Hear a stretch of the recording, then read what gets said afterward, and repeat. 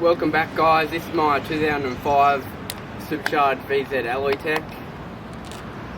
As some of you know, this has been on the channel since I started. This is my first video. In this video I'm just going to do a bit of a breakdown on the price of what it costs to supercharge it. Originally, about a year and a half ago, the guy I work with come to me and said that his nephew had a Supercharge VZ ute originally, and because he was only on his P plates he had to pull the supercharger kit off. So he said he had this kit laying around the house and his nephew wanted a bit of money, so he said he'd sell it to me. So the kit is second hand and I bought the kit for $2,700. That included the supercharger, all the brackets, the belt, the idler pulleys, and all that sort of thing. So I fitted the supercharger up to it. I had it running with no tune, and I was actually driving it around for a little bit with no tune. It made no difference at all. So once it was all running right and all good, I organised to get it put on the dyno to get it tuned. So once it got put on the dyno, it instantly showed that the intake temps were rising way too high. So from then I got it taken off the dyno, brought it back home, jumped online and found an intercooler kit for it. I couldn't find any piping. There was all pipings for LS engines and all sorts of things, but couldn't find any piping for these. So I got a bloke fabricated to make up some custom made intercooler piping for me.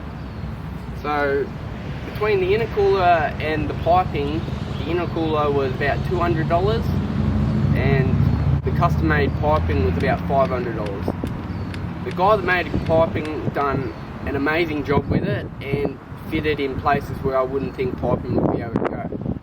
Also, when it was on the dyno the first time, it showed that the fuel pump just wasn't keeping up. So I also had to track down a fuel pump, which is a Walbro 255 fuel pump, which cost me about $110. So once I got them put in, got all the intercooler brackets made, intercooler piping made, and got the fuel pump in, it was time to chuck it back on the dyno. So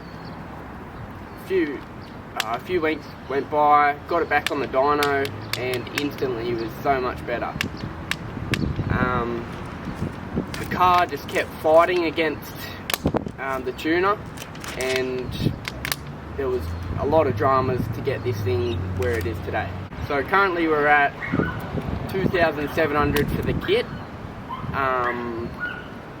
and then for the intercooler it's about $200. The intercooler piping about $500, and also I forgot to add the injectors. I didn't get the injectors within the kit, The injectors were $750 by themselves. So before the supercharger got put on the car, I actually sent the supercharger back to Capital Performance to get rebuilt. To get the supercharger rebuilt, it actually cost me $400. So once I had all the components and it was all running right, it was finally time for the tune. Like I said, it was a handful on the dyno. O2 sensors kept playing up, all sorts of things kept happening. But the tuner done an amazing job and he got it to where it is today. So the cost of everything, I bought the kit for $2,700. I then sent the supercharger to Kappa just to be sure to get rebuilt. $400. Got put on the dyno, had high intake temps, so I purchased an intercooler for $200. I then got intercooler piping made up for about $500. I got a new fuel pump for $110, and I bought the injectors for $750. The tune cost me about $1,100, which I reckon was a very good price for the amount of time that the bloke spent on this. It was a very, very good price. So all up, give or take $100 or so, or $200. It cost me about six grand all up for the cost. Now, when you look on the Kappa Performance website, the supercharger kit is actually, you can get the kit for $7 grand. That's without the injectors and without the intercooler setup. So with the intercooler setup, it's actually not around $9 grand for the whole kit. So I come off pretty good with this kit. Now, I did have a look into the Raptor superchargers, and that was when I was younger and I was crazy and thought I was going to supercharge it, which turns out I was crazy and I did supercharge it in the end. But the reason I did supercharge it was it just popped up at the right time.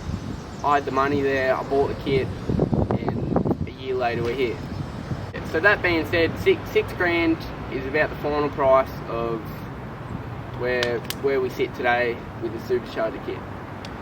Now, I can't thank anyone enough for all their input into this, from the custom intercooler piping to the tune.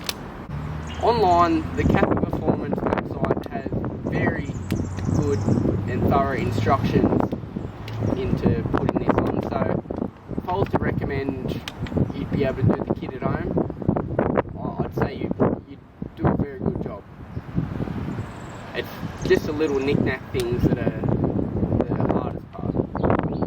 So I've only driven the car in a drag event at Bathurst Autofest, like roll racing, and also at a Motorcana at Cootamundra Airport. Other than that, the car hasn't hit the road since it's been done. So the car is actually defected at the moment, as some of you may know. They, halfway through the build, the police had stalked my social media and had come across that it was in the build of being supercharged. So they then ordered the RMS to send me out a letter to get the car put over the pits and checked by RMS inspectors. So now I'm at the point of engineering.